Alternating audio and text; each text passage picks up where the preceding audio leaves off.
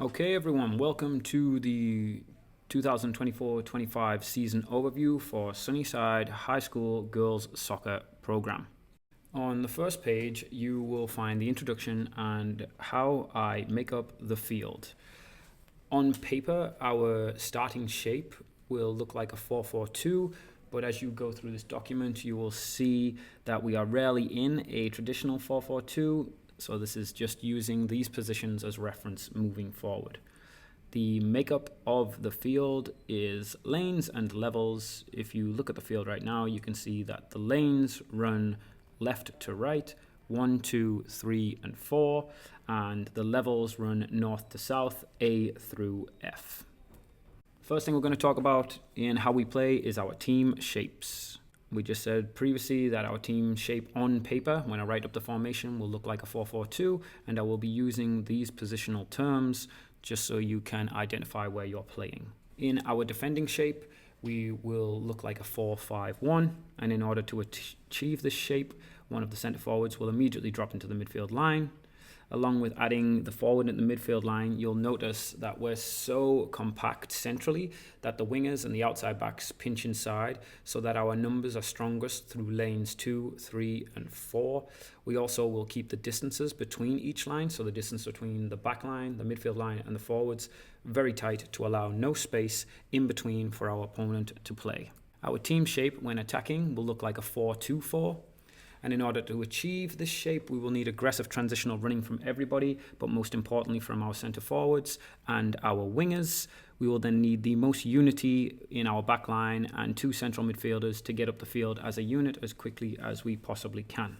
The first thing I wish to discuss about in this document is transition. We have to be able to understand and execute our roles and responsibilities in both our attacking and defensive shape without doubt, and this is a non-negotiable. But our ability to get in between the two shapes will be our most important factor and focus for the year. Now, in this example, we are defensively sitting in a low block within our own half, and our second centre forward is setting our line of confrontation roughly on the halfway line.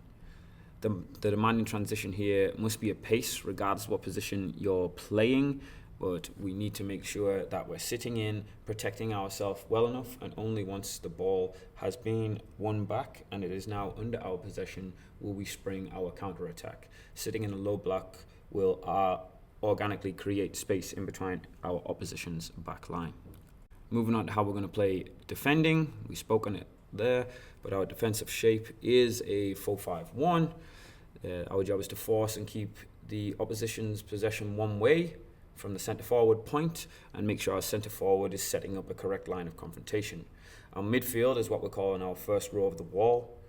These midfielders should be winning the ball back at a high percentage. They are given the green light to be the most aggressive in challenge on the field and making sure that they're all shifting, dropping as one, so they will be our primary ball winners. Our defence and back line is what we call the second row of the wall, or a clean-up crew, and their job is to pick up all the messy balls. If, for example, our midfield line has done their job and got themselves in good position to win it back, but the ball has still found its way through, it potentially is not going to come through very clean. It will be the back line's job to make sure that we win that second ball and spring or launch our counter-attack forward. Our goalkeeper will need to constantly talk, calling out gaps in between players and in between lines, demanding that they shift, step, and drop based on the opposition's ball movement, and then all in all keeping us organized to make sure that we can all work as one defensively. Just to highlight there, I wrote our midfield and defensive line must move as one. If we're shifting left, everyone's shifting left, not just 1 or 2 people, the whole unit of the midfield and the forward line. There can't be any gaps, and we're going to have to go at the same pace. So when we are pressing laterally, it is our outside players, which are the left and right wingers and the left and right backs, that dictate the pace that we get out wide, and everybody else must stay pace as we shift across the field. The correct distances between the lines is to be connected and communicated, and these are to be called out through the central players from our centre backs, centre midfielders, centre forwards, and our goalkeeper. Or here is the differences for me between defending in a low and a mid block. The major difference is just how much space we're trying to generate in behind the opposition's back line. A couple of factors that will dictate in the game if we're low or in a mid block, and these can change throughout any single game or between game to game, is the pace of our back line versus the pace of the opponent's front line, the consistency of our midfielders winning the ball versus the defensive line cleaning up. We spoke earlier about our midfielders wanting to be the highest percentage ball winners on the field, and how direct our opponent plays. If our opponent is trying to send balls in behind us from deep, we will reduce the space so that they don't have room for their forwards to run in. And then our forward in turn will set up a line of confrontations, and if our back line finds themselves higher up the field, our goalkeeper is expected to play sweeper. This here now is a low block. You can see I've highlighted the areas in red, orange, and yellow on the field. Obviously the red section is where we don't want the ball, the orange is then where we don't want it next, and the yellow is where we will allow them to have it. There's a couple of moments there that I'd like you to read to be successful in what we're doing. The forwards, midfield, defenders, and goalkeepers. I'll give you a moment here, or if you want to pause this video, to read through based on what positions you feel like you'll be successful in. Moving on, this is our mid block, and the mid block will usually be set up if our midfielders have a higher success of winning the ball back than our opponent's ability to play through us, and our back line is stronger athletically than the opposition's front line. Below here, there is again how to be successful playing in a mid block as a unit. It is exactly the same as what was on the previous slide, with some slight additions of how you would have to manipulate our block to play further up the field, because we can see now that the red area is much larger, so we need to be much more aware and much more active defensively to make sure we're protected. Now, moving on to how we play, it will be our counter-attacking. What do we do when we win the ball back from defending? We are going to organically or artificially generate space in behind our opponent's back line, whether that be from us intentionally sitting in the low block to encourage them to step higher than they want to, or that is just a phase of the game we find ourselves in naturally. Once we win the ball, it is open for anybody's interpretation to play it, and anyone on our team can play the forward leading ball.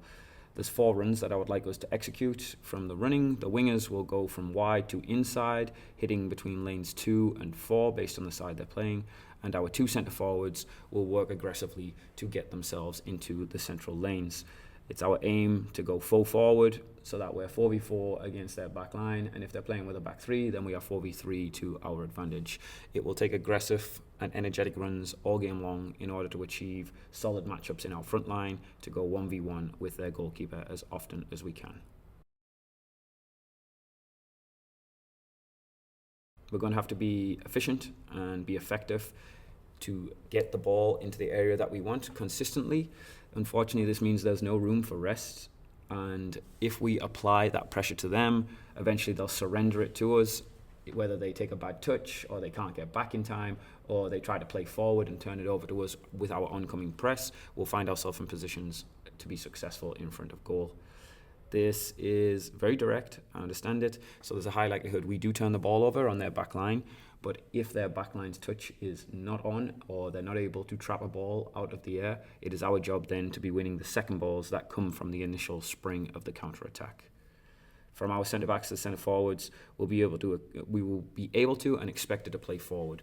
We will need to be dominant in these moments, and we will have to become effective of winning the ball and then processing it into the forward line. So from winning the ball back to getting it in front of their goal, we want to become as efficient and effective as possible.